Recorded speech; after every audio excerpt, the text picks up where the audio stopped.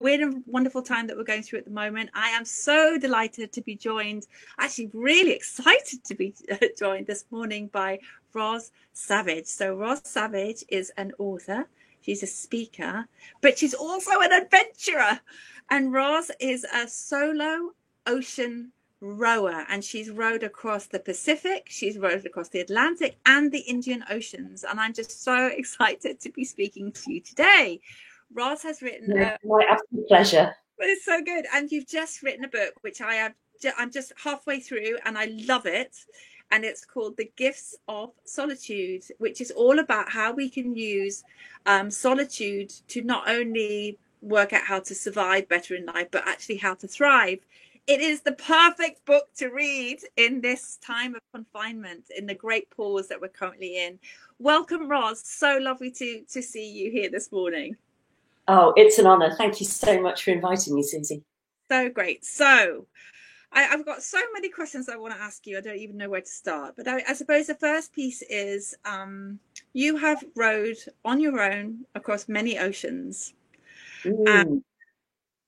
You've survived, obviously. You're here. But what I'm fascinated about is that you've actually also thrived. You've used this time to kind of grow. And I want to kind of pull your best wisdom out of you today to help all of us who are not stuck in a tiny rowing boat. But you know, I hope not, for everybody's sake. It's not a fun place to be. no. So tell us some, you know, your best advice for us about surviving this time and thriving, really building into some really great wisdom into this time for ourselves. Well, I would like to say that practically everything that I've learned about how to cope with solitude, I've learned the hard way by doing it all wrong first.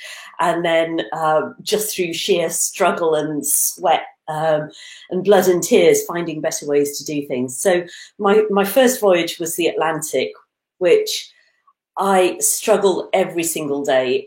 Do not mistake me for an intrepid, brave person because I'm really not. The Atlantic was a massive growing up experience for me. And I really felt like I was just clinging on by my fingertips for the 103 days of that crossing. So for me, that was the learning to survive in solitude.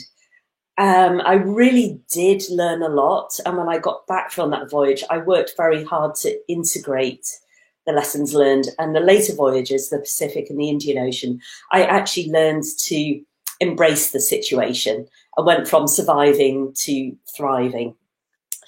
So that's really what I'm trying to get across in the book, is that once we have managed to sort of calm down and relax into the situation that we find ourselves in, that we really have no choice about, there are actually some real gifts to be found in this time. While like the world is on pause, I mean, it feels like this strange limbo place, doesn't it? And all the cards are up in the air and we just don't know how they're going to fall as we emerge from this, which can be scary, but we can also see it as an amazing opportunity.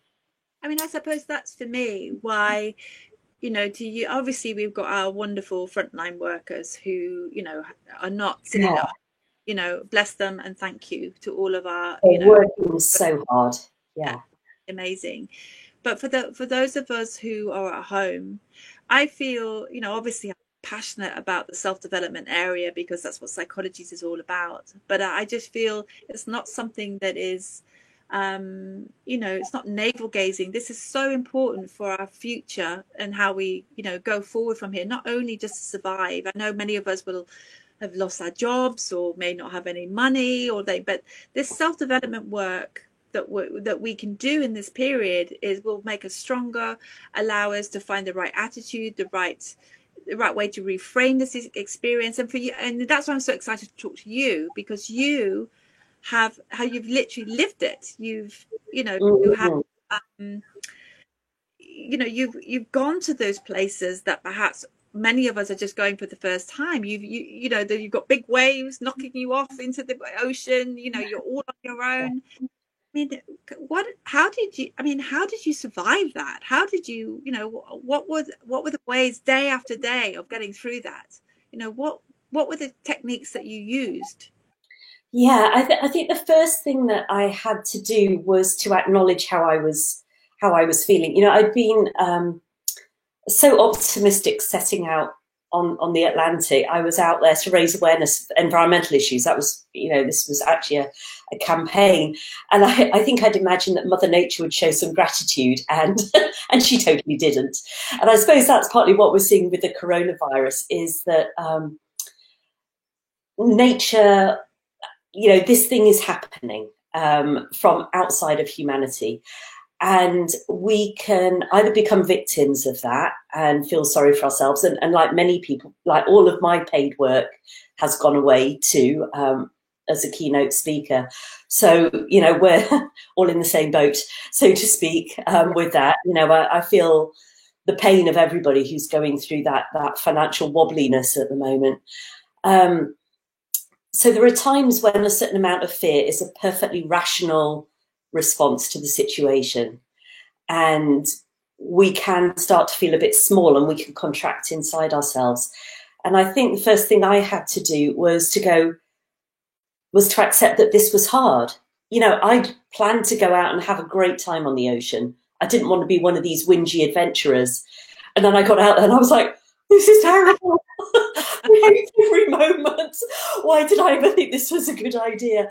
And I made it even worse then by fighting those feelings, by saying I shouldn't be feeling this way. I chose this, and I realized I just had to honor those feelings and go, yeah, this absolutely sucks. Like, all my equipment's breaking. I've got injured shoulders.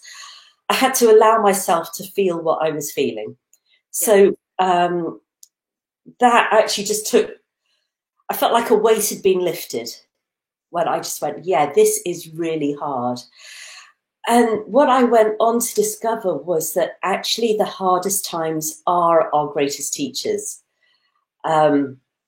So it sounds, none of us want to rush headlong into really difficult situations, because getting outside our comfort zone is by definition uncomfortable, and it's unpleasant, and it brings up a lot of very natural fear. But that's where we find out what we're made of. I love that Eleanor Roosevelt quote about a woman is like a tea bag. You only find out how strong she is when she's in hot water. And I know that, and it took me a very long time, like 10 years, to realize this, that the worst times that I had on the ocean were the times when I learned the most, when I was forced to find those inner resources of courage and resourcefulness that I didn't know I had, because we don't get those qualities, or we don't discover them by sitting on the couch having an easy time. Like, we have to be in a difficult situation to find out what we're capable of. And the beauty of having been through that tough time is that then in the future, when we run into another difficult situation, we're able to look back and say, well, I know I've been through hard times before. I bet anybody listening to this now, when we look back at the really difficult chapters in our lives, hopefully, ultimately, those are the times that we're most grateful for, because although they may have sucked to high heaven at the time, we did come through them stronger. So I hope that's what we can all do with these times, to find our own courage, resourcefulness, tenacity, stick-to-itiveness, and that when, I know it's hard to imagine at the moment, but at some point something resembling normality will resume, that we'll actually come out of this as stronger, more empowered, more resilient people. And how do we capture that? So I think sometimes when you're going through, when you're rowing across the Atlantic, thinking, I hate this. This is really hard. And it's hard, and we're literally in the middle of this kind of experience, which obviously we cannot compare to rowing across an ocean, but many people are finding the kind of isolation hard and the solitude hard, and the change. There's a change of routine. I was talking to a trauma therapist a couple of days ago on this Facebook Live. And she said, what we're going through is a trauma. And I could feel my shoulders kind of drop because I just thought, oh, okay, it's okay to feel a little bit wobbly. Because I was thinking, Yeah. oh, I be gung ho and I need to know how to do it. I'm like, actually, this is a trauma because everything that we know is currently completely changed. And it's like, okay, right. But I suppose what we want to do is not become victims in this situation, not listen to my inner whingy voice whinging on about myself. I'm self-isolated in a canal boat, weirdly, Roz, 46 foot with my teenage son, and it's all a little bit, it's tiny and very cramped, and all of those things, and I could get a little bit whingy about that, and I don't want to, because I know that that's not going to help us. So where do we find more resourceful states? How do we access that when you're actually going through it? Well, one thing that I found really helpful was to really just take it one day at a time, which sounds like such a cliche, but I on the Atlantic, when I was still learning how to be with myself, I would start projecting into the future and thinking about all of the things that could possibly go wrong. And there is a time and a place to plan ahead, but when everything is so uncertain, often our imaginations love to just run riot. That sort of chattery ego mind, it's its job to focus on the problems and the fears and all of the things that could go wrong. And that's a very valuable voice to have present in our heads so that we can plan accordingly. But we also don't need to let that voice completely run the show and dominate our every waking moment. So I developed what I call my bifocal approach, the glasses. Yeah.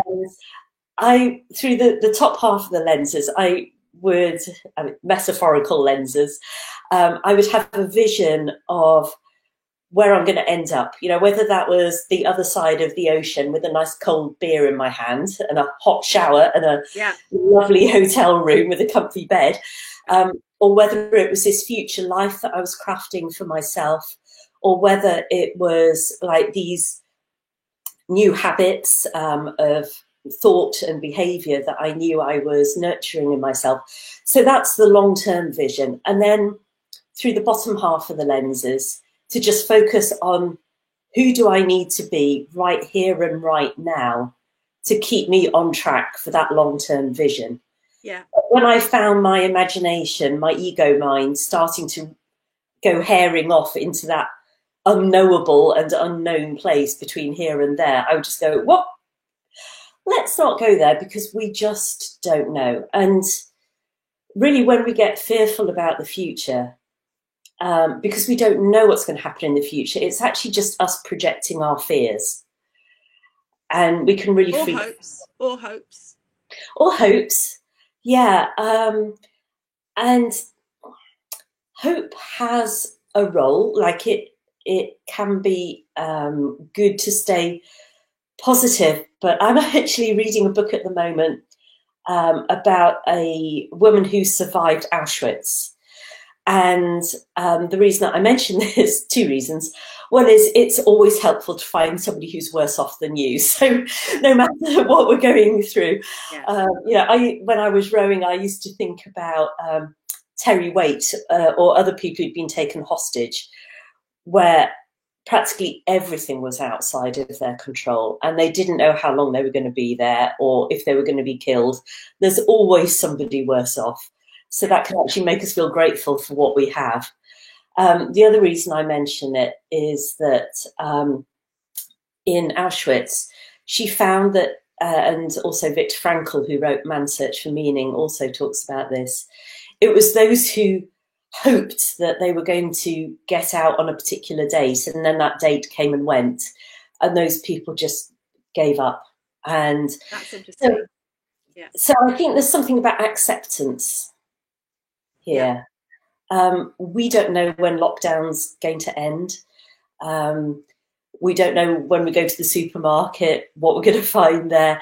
There's a lot that's outside of our control, and So this is something else, a key lesson that I learned on the ocean was I could get really frustrated with the winds and the weather and the currents.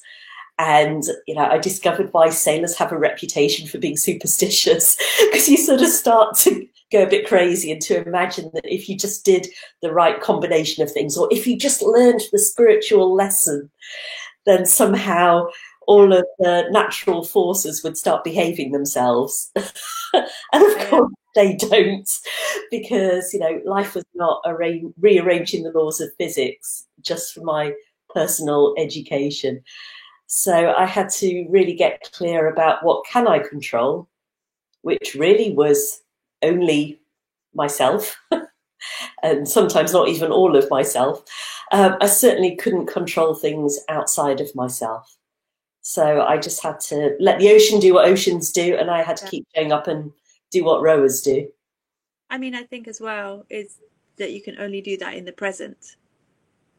You Yeah. know, I mean, we talk about the future being our projecting our fears or hope, and I think right now, I think that's an absolutely brilliant strategy, is the acceptance of where you are now in the present, and you know what are my centers of influence now, so I can clean out.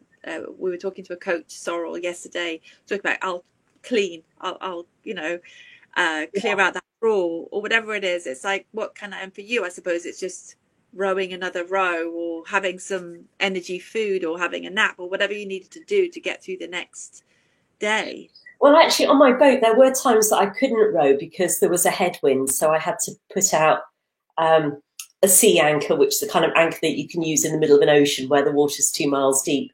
And I couldn't row when that was out. And I found it very therapeutic to tidy up the boat, to go into my sleeping cabin and, you know, clean it up and sweep out the hairs and, you know, to get everything nice and orderly. It would really give me a morale boost, and to cook myself a nice meal and to give myself a bit of self-love and self-care.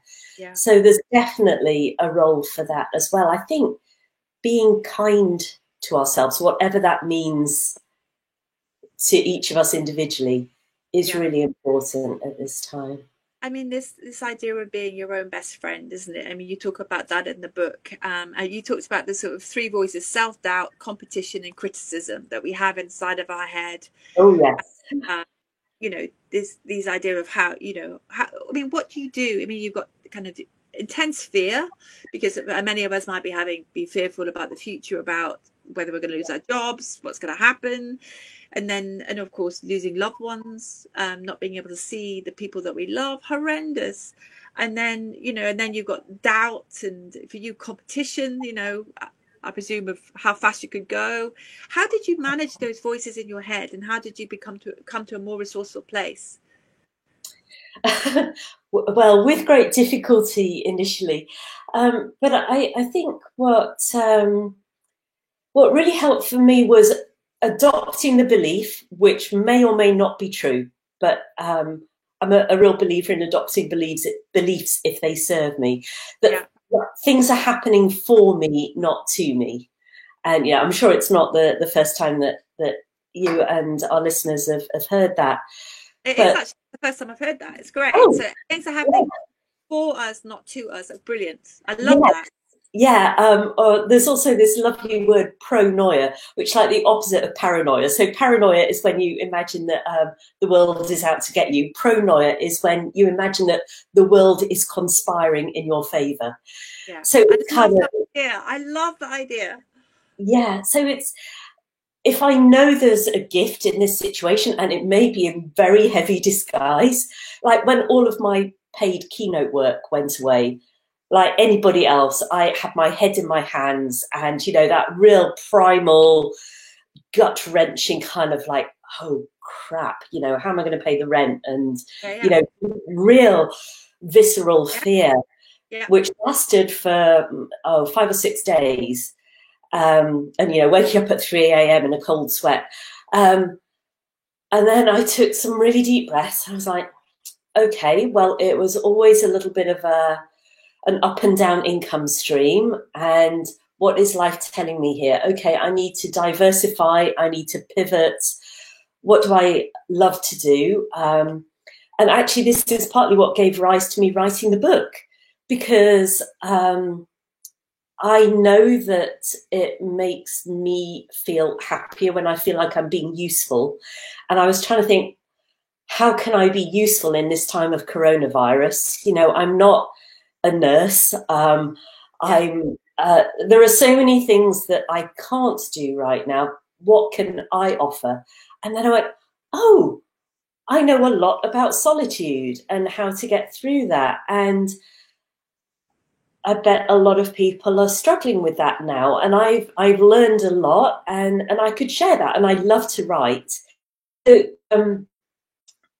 that was really what inspired me to write the book, was thinking I've got experience that I can put in service of others.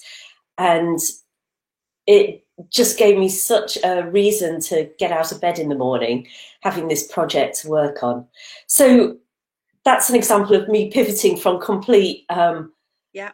devastation, disappointment, panic Yeah. to, okay, life is giving me an opportunity here. What the hell is it? and I also think that finding something purposeful when it helps other people. Towards the end of the book, I interview this guy called Steve Cole, who's an American behavioral science researcher. And he was looking at the effects at the cellular level of chronic loneliness, which isn't what most of us are going through at the moment. This is a temporary loneliness, as a negative on our health. But then on the flip side of that, having a sense of purpose, especially when it's a people, community oriented kind of purpose, and the massive health benefits that that brings at the level of our genetic expression, our DNA. And so when we reach out and do something for other people, even if it's just pinging an old friend that we haven't been in touch with for a while, say, hey, thinking of you, it not just does good for our emotions, but it actually does good for our health and boosts our immunity to viruses. Ah, So what's not to love about that? no, I mean, I think you're absolutely spot on. I mean, it's that, you know, that's why almost why we're speaking now is because my response was, oh my goodness, what's going to happen? Help. And then I thought, okay, well, how can I serve? Which is like, we've got this huge platform with Psychologies. Right. Let's get speakers in every day to talk about how to, you know, and to inspire people and do that. So it is. And it just, and I keep thinking, every time I get fearful, I don't know what's going to happen in the future, but okay, but this is something I can do. This is it. This is within my control. And I think that's for all of us. It's that thing, okay, what is within your control and that may help somebody else. You know what I mean? I think, Beautifully said. Exactly. yeah, it is. It's wonderful. So, Roz, thank you so much. This is so wonderful. I feel really inspired. It's a great way to start the day. Your book, The Gift of Solitude, you can see the links below. We can buy it there. I am halfway through and I'm absolutely loving it. I love the interviews. I'm just reading about the adventurer. What was his name? Ken Haddow, yeah, the polar Yes. explorer.